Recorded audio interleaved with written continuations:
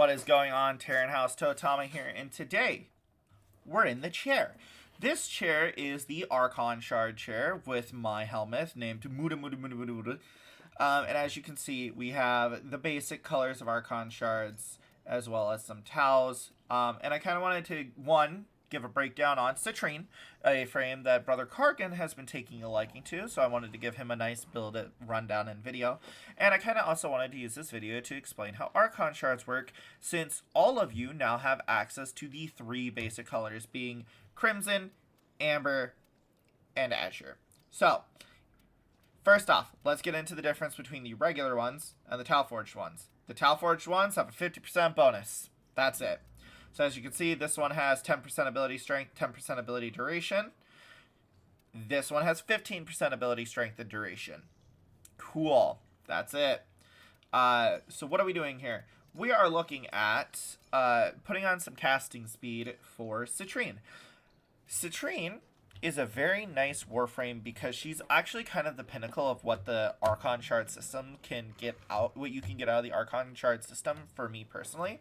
Because I could, if I wanted to, throw on all 5 of these red Archon Shards. I could give her 5 red Archon Shards, and it actually let me drop a mod and have the same effect as these 2 yellow ones. We'll get into it as soon as we get over to the arsenal. So the 2 Archon Shards that I have on Citrine are for casting speed. Again, as I said, her abilities cast just a tad on the slow side for my taste. And throwing on the Archon Shards allows me to not have... We're going to ignore Ortis. Sorry, Ortis. We're going to not need to use Natural Talent. Natural Talent is a mod that gives you 50% increased casting speed. So because I put 2 yellow shards on, I can completely drop this for another mod. As you can see here, I have no mods equipped. That is because I recently did actions, and I swapped around my polarities here, so that way I could make things nice and neat and concise, instead of them being like this as they were. Like, this just looks ugly now. We want to keep things organized and precise. So, first mod that I'm going to recommend on her pretty much every time is going to be Blind Rage. Citrine's passive makes it so that she picks up energy or health orbs, and she gives a health regen to herself and her allies. This feeds in very well with her 1, which has a baseline at max rank. You get a 50% chance for a health orb to drop from an enemy who's hit by your Fractured Blast. As you can see from the little card here, you throw out some glass shards, they stab your enemies, and enemies are marked and they drop health orbs. Because of how percentage works, you throw on a Blind Rage in here, and then there you go. You now have a 99% chance for an enemy that is hit by an orb to drop health. You can further this with Bolt Augmented, which will give you up to 60% ability strength. So you get 2%, you get 1% ability strength from this, and every enemy you kill will give you a health orb. That, of course, can overstack, as we can see if I put on Transient Fortitude, which will give me 254% strength. Now I have a 120% chance for an enemy to drop a health orb. Ortis, not right now, please, thanks. So yeah, that means that an enemy you kill will drop 2 health orbs 27% of the time. That's more. We're not actually going to be using Transient Fortitude. I just wanted to show that off for this. Your 3 is a damage reduction. Your 2 is a damage reduction. It starts at 79% with this build that we'll get to. Spoiler alert, this is all the strength we're going to need. And every kill or assist stacks it up 5 or 2%. This caps out at 90% no matter what you do. Even if you go negative power strength, you'll cap this out at 90%. Your Prismatic Gem, you throw out this nice colored gem. It puts a rainbow aura around it. Allies who stand in the gem's perimeter, or radius rather, will get status and will get status chance and status duration based on your strength and your duration. And it will inflict the 4 basic elements, which means you can very easily throw on Archon Flow, Archon Vitality, which is a mod we'll use, Archon Stretch. I don't have Archon Continuity, but you could do that as well, which would actually be nice. In fact, let's go pick up Archon Vitality, or Archon Continuity, shall we? And I am not re-recording this for a 6th time, so if I can't get Archon Vitality... Quick, oh, I don't have enough stock! You could, of course, do everything but Archon Intensify on her.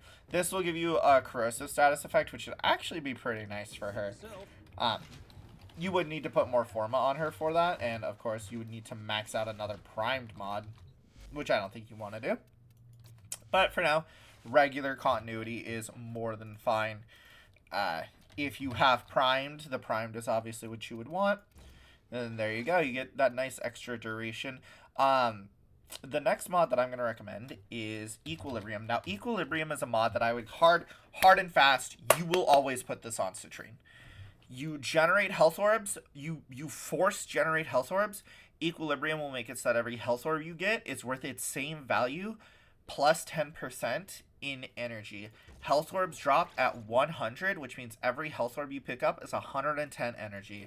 And what do we pair that with? We, of course, pair that with Primed Flow. You can go Archon Flow. I don't think it's necessary. Archon Flow makes it so enemies that are killed by cold will drop an energy orb. Your Prismatic Gem does apply cold, but it's almost never going to actually get the kill with the cold damage. And because you force so much energy to drop health to drop anyway, you're going to have the energy to do Primed Flow. Just do Primed Flow. It's going to be easier on you. After that, we're going to do the Augur mod set. Kind of. We are going to be throwing on Augur Accord, or Augur Message and Augur Reach, just because you want that range. You want a lot of range on this Warframe. You want a lot of duration. So we take the duration and range one. And as I just said, we want plenty of range, so we will be throwing in Stretch. If I can remember how to spell. As for your Exilis mod here, you have some options, right? You could go Cunning Drift if you want more range.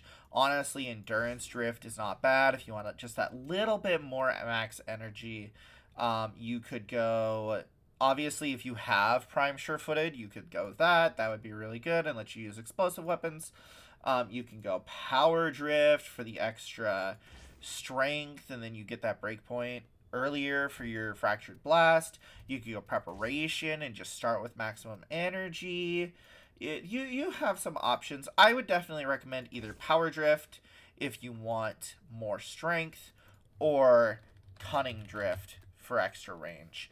I am personally more akin to Cunning Drift, simply because if I wanted more power strength, I could go over to the Helmuth system here and just give her two reds on power strength and a third red on duration. Another thing you could do if you wanted more strength is you could drop Augur Range, the Augur Reach mod. You could drop Augur Reach, so you'd take that hit in range, and you would put another Forma in this on a V polarity, slot in Transient Fortitude, and then use red Archon shards to make up your duration. You know, you could do that. You could drop Augur Message, and this is actually something that would technically be better. You would drop Augur Message for Natural Talent, and put on 2 Tau Reds, and then that would give you 30% duration for the same kind of value. But you would have to be willing to invest your Tau Reds. I personally am not willing to invest my Tau Reds into Citrine. But if you really like Citrine, you know, you could do that. Or you could do like 3 Tau Reds on duration and still take the 2 yellows for your casting speed, and then just get, you know, maybe Augur Secrets or Augur Message back. You know, you have options on this frame. She is quite strong. She's very flexible in terms of what she can do with Archon shards and what she can do with mods in general. You can, of course, if you want to, put Umbral mods in her. She does not mind having Umbral Intensify and Umbral Vitality. You probably don't need Umbral Fiber, but you could if you wanted to. There's nothing stopping you. You do just, if you're willing to put the Archon shards in her, she does have those kind of flexible mods, right? Like, you don't need to run the Augur set. I think Augur set is really good if you're kind of in that situation where you don't necessarily want to throw in more Forma just to fit Umbral mods, because you would have to use Umbral Forma to get Umbral mods in here. But you know, I'm willing to put two yellow Archon shards in there, and that gets me that nice increase in duration off the fact that I don't have a mod in for natural talent. But you know, maybe you think that her 3 animation just is not that bad, and you really don't need casting speed on her at all. So you just, you know, you just go, well, her 3 has a long animation, but whatever, I don't care. I'm just gonna deal with it. Her 1 really doesn't have that bad of a base duration or a base animation. So you know, you have options. You have options, baby. What are we doing here? We're farming mutagen samples. We're going 5 minutes because I've already recorded this video twice, and we're already at 15 minutes on the recording. And I don't want this to take forever to load for you guys. I want you guys to be able to actually see this video instead of recording it 6 times over a week. So what did happen this week for Terran House, for the outsiders looking in? Everybody who is officially part of the Terran House Ghost Clan, no, it is not open to piss randoms, has gotten the new war done, which is huge, huge, huge, huge for Terran House. Getting the new war done is absolutely phenomenal. You are all on your way to getting the Steel Path unlocked. You're all on your way to getting some very key things done. Excuse me. Getting the Steel Path unlocked, the big thing with getting the Steel Path unlocked is you're going to be able to do Steel Path to Viri, which for Brother Kargan is huge because I know you've been loving your Soma. Well, if you get the Steel Path unlocked, you'll be able to work towards that Soma Prime incarnate. I was almost tempted to bring the Soma Prime for this mission just to kind of show that off to you, just so you can kind of see what you're waiting on. But I was like, whatever. I don't want to flaunt too much. I've been doing that enough, just trying to help you guys get through the game. I don't want to seem like an arrogant dickhead, although guilty as charged. I am the Toaster of the Void, and I am blessed by the Amisaya, so I am better than, well, all these infested at the very least. But yeah, other things to talk about, of course, now that you guys have your Archon hunts and your natural cells unlocked, Brother Kargan still needs to do Whispers in the Wall and the Veilbreaker in order to get those unlocked. He, you know, life happens, he's been a little bit behind, we don't judge, right, Terran House? We only judge the Dark Eldar. We don't judge our Battle Brothers. A little Warhammer 40k reference for the outsiders looking in. Can't wait for Game Workshop to tell me to take this video down over a reference to their game. But yeah, that's kind of what you need to do. After that, it'll be March soon, and with March, we are going to be seeing the rebalance of Fortuna standing. With the rebalance of Fortuna standing, it'll be a way easier for you guys to be able to do this, where you get big guns. This comes from the heist missions of Fortuna that require you to be ranked 5 Fortuna in order to unlock. We will, unfortunately and very sadly, have to do the Thermia Fracture event because, one, I need Wise Razor for the Tatsu Prime. Brother Albatrad needs it for the Azathane. Wise Razor is basically the only stance mod for the heavy Nakanas, the 2-handed Nakanas in the entire game. It is the only one.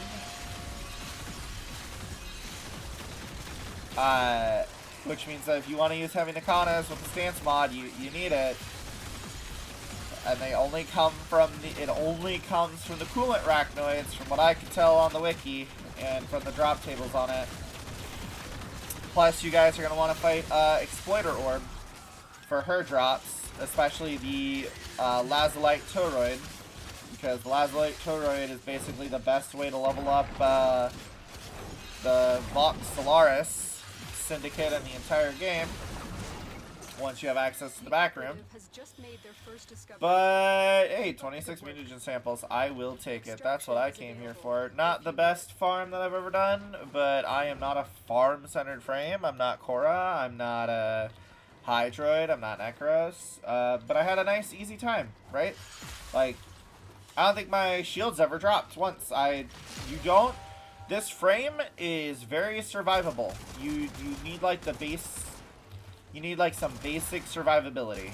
And she comes baked in with all of the survivability you'll need for the regular path. She comes baked with enough survivability for the steel path. I'm not going level cap, obviously. There's no reason to do that on just a regular ass survival. But yeah, that is Citrine. That is the build. Where you get her if you want her yourself. Let's answer that question real quick. Funnily enough, getting her is kind of awkward. I'm not gonna lie.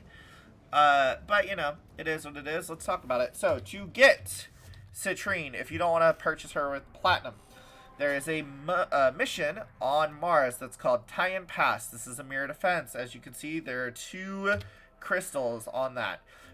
You will get a blue and a red crystal, which are called Balik and Rani crystals. Rihanna, something like that. And then you take them here to the Necrolisk, and you go to our boy Otak. And he has this right here, Unearth Citrine, and this is where you get Citrine. You get her weapon, her gun. She has a shotgun. It's a very slow projectile. It is not that good of a weapon at all. The Chlorophyll is an okay gunblade. It is a heavy scythe that becomes a gun whenever it transforms. It's alright. You have some arcanes here. Primary plated rounds is one I was trying with. It's just really not that good. And then, yeah. So this is the store. You do need rank 3, I believe, I'm sorry. You need rank 2 with Deimos in order to get the Stella Necrothane in order to build her. But yeah, that's where you get Citrine. That's how you get her. That's her build. Very easily to attain early game frame for those of you new players who are looking for a nice durable frame who really does not need a lot of investment. But yeah, she scales well. She does really well in the steel path. She's just she's kind of awkward to color because of the gems. I'm not gonna lie, but yeah, that is Citrine. That is how to play Citrine, and later.